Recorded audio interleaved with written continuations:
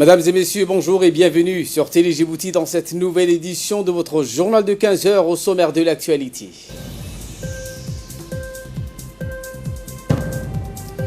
Organisation d'une conférence sur l'éducation inclusive et équilibrée au Centre de recherche et d'information de production de l'éducation nationale, le CRIPEN.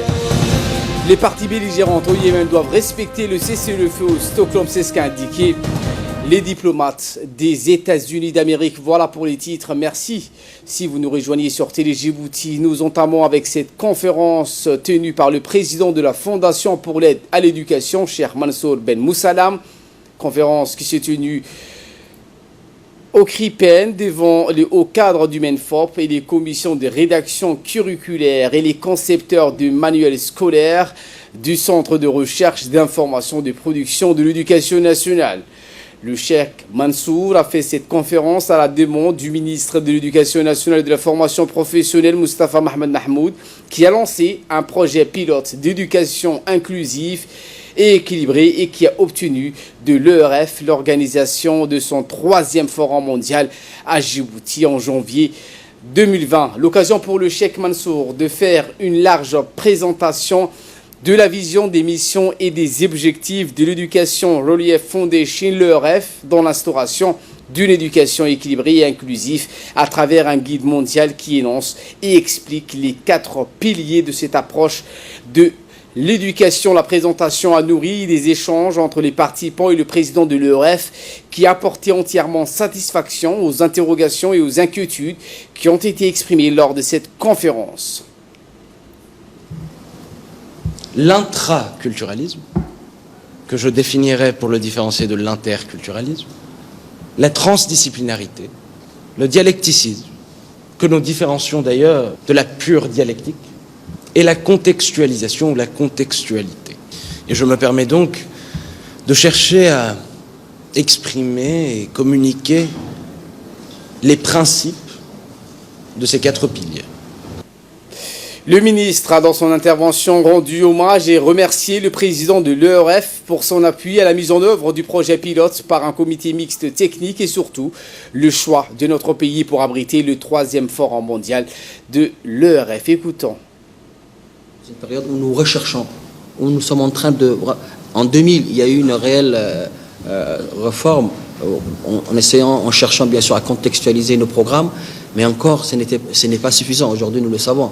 Donc nous sommes encore toujours dans cette quête de contextualiser nos programmes pour que ce soit un programme qui répond aux enfants djiboutiens, un programme qui répond à l'économie djiboutienne. Et donc nous sommes dans cette perpétuelle recherche de contextualisation de nos programmes. Et ces coïncidences que j'ai eu l'occasion de rencontrer, cher Mansour, à Mexico, est pour moi un signe. Et derrière cher Mansour, il y a vraiment des grands intellectuels,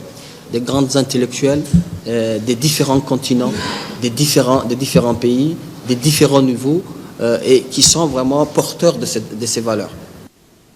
La 3e édition des grands concours scolaires session 2018-2019 et notamment le concours Jeunes Champions bat son plein. Les épreuves se déroulent dans plusieurs sites et notamment le Centre de recherche d'information de production de l'éducation nationale, le CRIPEN.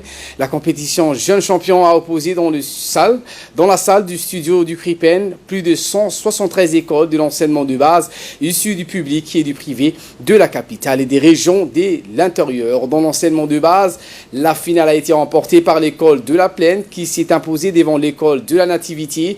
Dans l'enseignement moyen, 29 collèges se sont affrontés et les collèges de Sahansan et Rodon 1 sont arrivés en finale. Et enfin, dans les niveaux secondaires, ce sont 13 lycées et c'est le lycée d'État de Djibouti qui s'est imposé en finale sur un score de 5-3. Plus généralement, les compétitions ont porté sur des disciplines générales comme les sciences et les mathématiques, mais aussi la langue française et l'histoire-géographie au même titre que les sports, des questions touchant aux connaissances extradisciplinaires et la culture générale des élèves sélectionnés parmi les meilleurs de chaque établissement scolaire. A noter que ce jeune champion 2019 organisé chaque année par le MENFOP vise donc à renforcer la motivation des élèves tout en développant leur vivacité d'esprit afin de pousser à faire des progrès remarquables vers la quête des connaissances à travers des activités ludiques et récréatives. Plus généralement, ces grands concours visent donc à éveiller chez les apprenants un intérêt prononcé pour les disciplines scientifiques et surtout le bon usage de la langue française. Mieux encore, ils permettent de promouvoir la culture du mérite et suscitent une émulation au travail. Autre actualité de ce 15h, cette tournée du ministre des Affaires musulmanes, de la culture et des biens Warf à Obok, quatrième étape d'une tournée qui le conduira dans les 5 régions de l'intérieur. Après Arta, le ministre des Affaires musulmanes, de la culture et des biens Warf, Moumin Hassan Barre, s'est rendu hier donc, au chef-lieu de la région Hayou. Le ministre Moumin Hassan Barre et les membres de sa délégation ont été accueillis chaleureusement par les autorités et les habitants de la région d'Obok. Le ministre était à la tête d'une délégation forte de plusieurs de ses principaux collaborateurs. Lors de ce déplacement, le ministre des Affaires musulmanes a parrainé une cérémonie de distribution de la zakat et de la 4e et dernière tranche des cotisations du parrainage de l'année 2018. À l'issue donc de cette cérémonie, le ministre et les autres officiels ont remis des enveloppes aux mains de quelques orphelins bénéficiaires de cette dernière tranche de parrainage de l'année 2018. Autre activité importante, toujours dans la ville d'Obok, le ministre Moumin Hassan Barre a par ailleurs procédé au lancement des travaux d'un atelier de sensibilisation sur la valorisation du patrimoine culturel immatériel national, placer la culture au cœur du développement socio-économique de notre pays et profiter ainsi pleinement de la richesse et de la diversité de son patrimoine culturel est une des priorités du gouvernement de notre pays. Ces assises qui ont pour objectif d'inventorier les pratiques culturelles ancestrales avaient réuni des chefs coutumiers, des religieux, des artisans, des jeunes, des détenteurs de la tradition orale et d'autres acteurs des milieux traditionnels. Le ministre des Affaires musulmanes, de la culture et des biens Warf est intervenu au cours de ces 2 événements. Dans son intervention, le ministre Moumin Hassan Barre a indiqué que l'organisation de bienfaisance Diwan Zakat n'a pas arrêté sa vocation d'être une fondation d'entraide et de solidarité envers les orphelins et les plus nécessiteux du pays. Sa mise en place découle d'une volonté du président de la République qui, à travers cette fondation, vise à recadrer la solidarité citoyenne au bénéfice des personnes les plus démunies. Moumin Hassan Barre a exhorté les Djiboutiens n'ont y à contribuer davantage dans l'accomplissement des nobles actions de bienfaisance de cette fondation. 3e pilier de l'islam, après l'attestation de la foi et la prière, la zakat est une obligation pour tout musulman, a-t-il donc conclu ses propos. Sur le lancement des travaux d'un atelier de sensibilisation sur la valorisation du patrimoine culturel immatériel, Moumin Hassan Barre a rappelé l'importance que revêt la culture pour le développement de notre pays. À l'entendre, la politique culturelle s'inspire de la feuille de route initiée par le président Guillet qui a fait de la culture une priorité nationale pour réaliser les objectifs de développement harmonieux et durable. Il s'agit de valoriser les dimensions culturelles de la société en vue de devenir un facteur de développement économique et social générateur d'emplois, a précisé le ministre. Au centre de cette politique, la reconnaissance de la diversité culturelle comme un facteur de richesse et un atout de cimente cohésion sociale et d'unité du peuple djiboutien. Le ministre a tenu donc dans cette intervention que cette première rencontre reflète cette détermination d'associer l'ensemble des composantes de la culture djiboutienne afin de dégager une plus grande synergie autour de la culture. Les consultations qui auront lieu contribueront à bonifier les débats et à alimenter la réflexion autour des thèmes variés de notre patrimoine culturel et artistique, a donc martelé le ministre des Affaires musulmanes, de la culture et des biens Warf, Moumin Hassan Barre. Dans le cadre du développement socio-économique, la République du Djibouti a mis en œuvre donc un ambitieux programme de réforme vers un meilleur climat des affaires. C'est dans cette optique qu'un atelier de présentation des actions d'amélioration des services de l'électricité de Djibouti, les dédiés aux opérateurs économiques, a été organisé hier au Sheraton Hotel. Atelier organisé par l'Agence nationale pour la promotion des investissements, l'ANPI, et l'EDD. Elle a vu la participation du directeur général de l'EDD, Jama Ali Gheli, le directeur de l'ANPI, Mahdi Dar Obsiye, ainsi que de représentants des secteurs privés. Lors de l'assise, une projection a été faite où le directeur de l'EDD et ses proches collaborateurs ont tour à tour pris la parole afin de présenter aux participants l'historique et les différents services que fournit l'EDD pour ses clients. Également les réformes en cours dans le domaine de raccordement de l'électricité afin d'améliorer encore les climats des affaires à Djibouti a été exposé. Notre pays a gagné plus de 50 places Je vous le rappelle, au niveau du critère de raccordement de l'électricité des sociétés commerciales, Djibouti donc a fait un bond de 55 places. Elle a passé de 154e place en 2018 à la 99e position en 2019, selon donc un rapport de Doing Business. Écoutons le directeur de l'ANPI. Les efforts que l'électricité de Djibouti fournit pour mieux servir ses clients, pas seulement servir, mais pour mieux servir et de mieux ou mieux servir ses clients. J'en avais parlé tantôt des climats des affaires. Par rapport à ça, ils ont répondu donc aux prérequis du système Doing Business en termes de raccordement à l'électricité par rapport au développement des deux systèmes informatiques, des prévisions, de gestion et de suivi des délestages. Donc notre agence, qui est la coordinatrice de l'amélioration du climat, du processus de l'amélioration du climat des affaires, s'est réjouie et félicite vivement l'électricité de Djibouti, qui, nous l'espérons, va encore consolider la performance qu'ils avaient réalisée l'année dernière, qui était de plus de 50 points.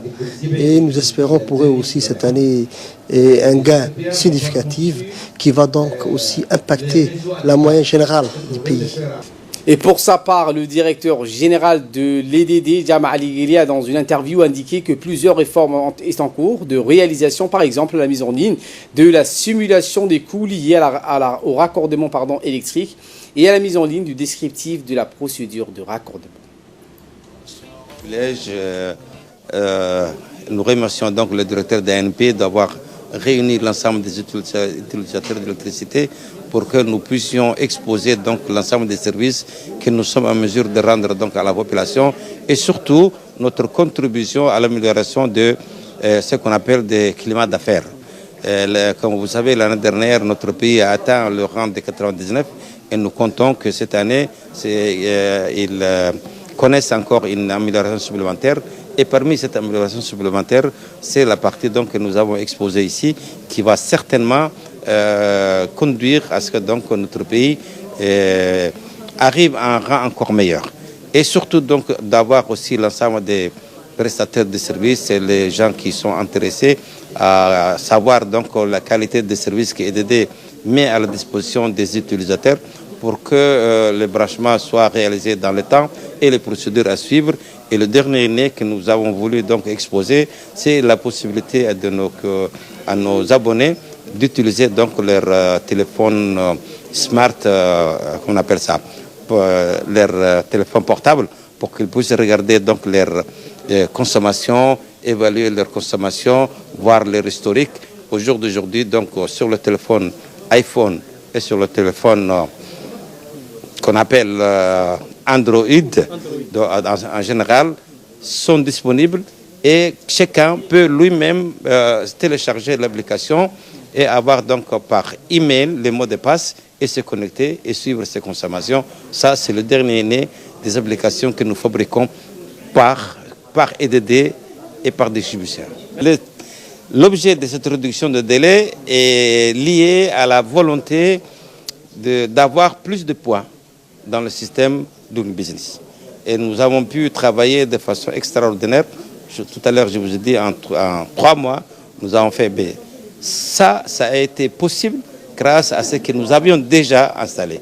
Et vraiment, donc, tout à l'heure, je lisais un email de la Banque mondiale qui nous félicitait et qui même souhaitait que cette expérience soit donnée à d'autres pays qui n'ont pas ce genre de choses.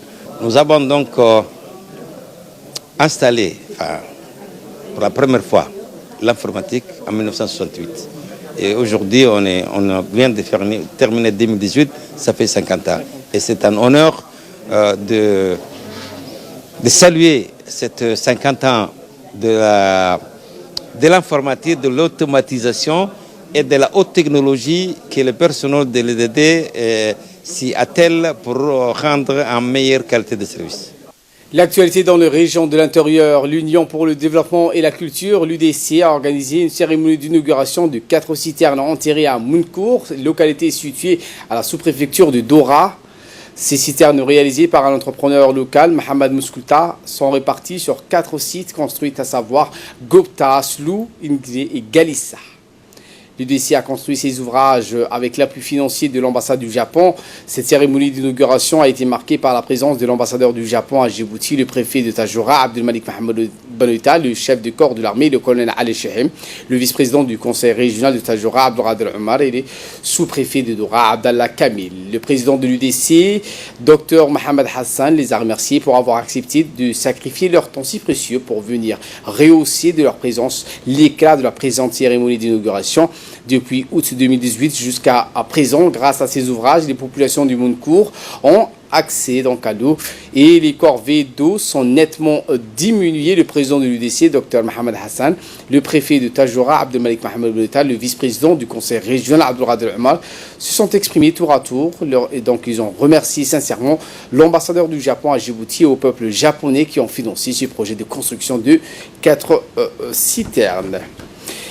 Et dans une interview donc accordée à la presse, l'ambassadeur du Japon et le préfet de la région de Tadjoura se sont réjouis donc de participer à cet événement donc qui est destiné donc à apporter une première réponse aux problématiques de la soif. Écoutons.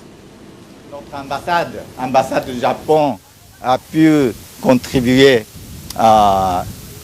du côté financier à la réalisation de ces œuvres.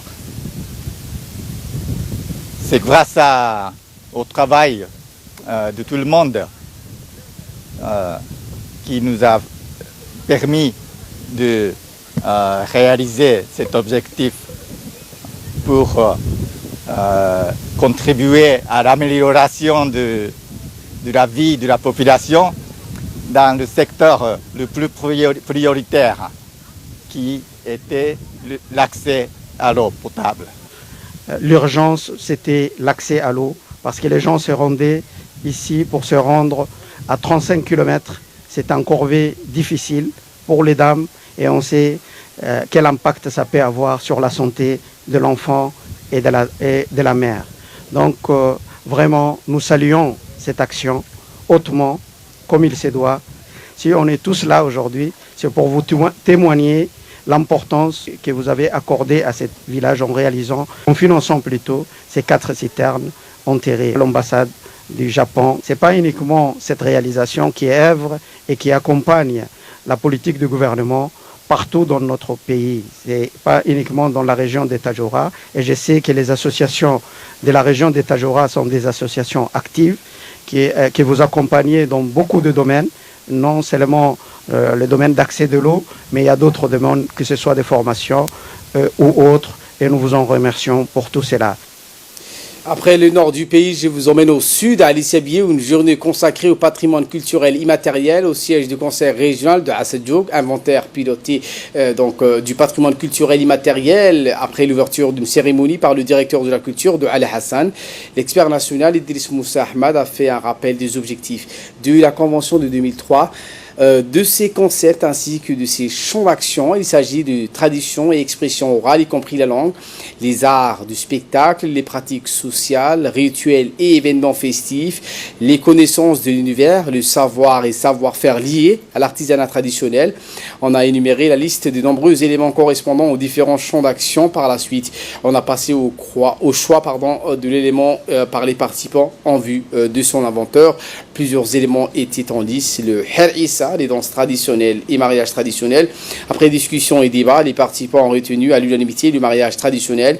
Par la grande surprise, un événement culturel a été présenté sur place dans le hall du conseil régional qui a été fortement apprécié par l'ensemble des participants. Cette prestation culturelle est les fruits du travail de l'association Farid. Le directeur de la culture de Ali Hassan Ahmad s'est exprimé en ces termes. Déjà lancé la politique culturelle le 24 janvier 2019. Comme vous le savez, l'élaboration de la politique culturelle nationale s'affirme du plus haut sommet de la République du Djibouti, à savoir le président de la République et le ministre de tutelle chargé de la culture, son Excellence Moumin Hassan Barré. Dans cette optique, le ministre nous a exhorté de concerter les différents partenaires, c'est-à-dire que les opérateurs culturels de la culture de toute la République du Djibouti. Nous avons fait fait beaucoup de concertations. 600 personnes ont été consultées. Après avoir fini les différentes consultations, le ministre a initié aussi, et a donné aussi beaucoup d'importance de consulter aussi les régions aussi, pour donner une importance cruciale.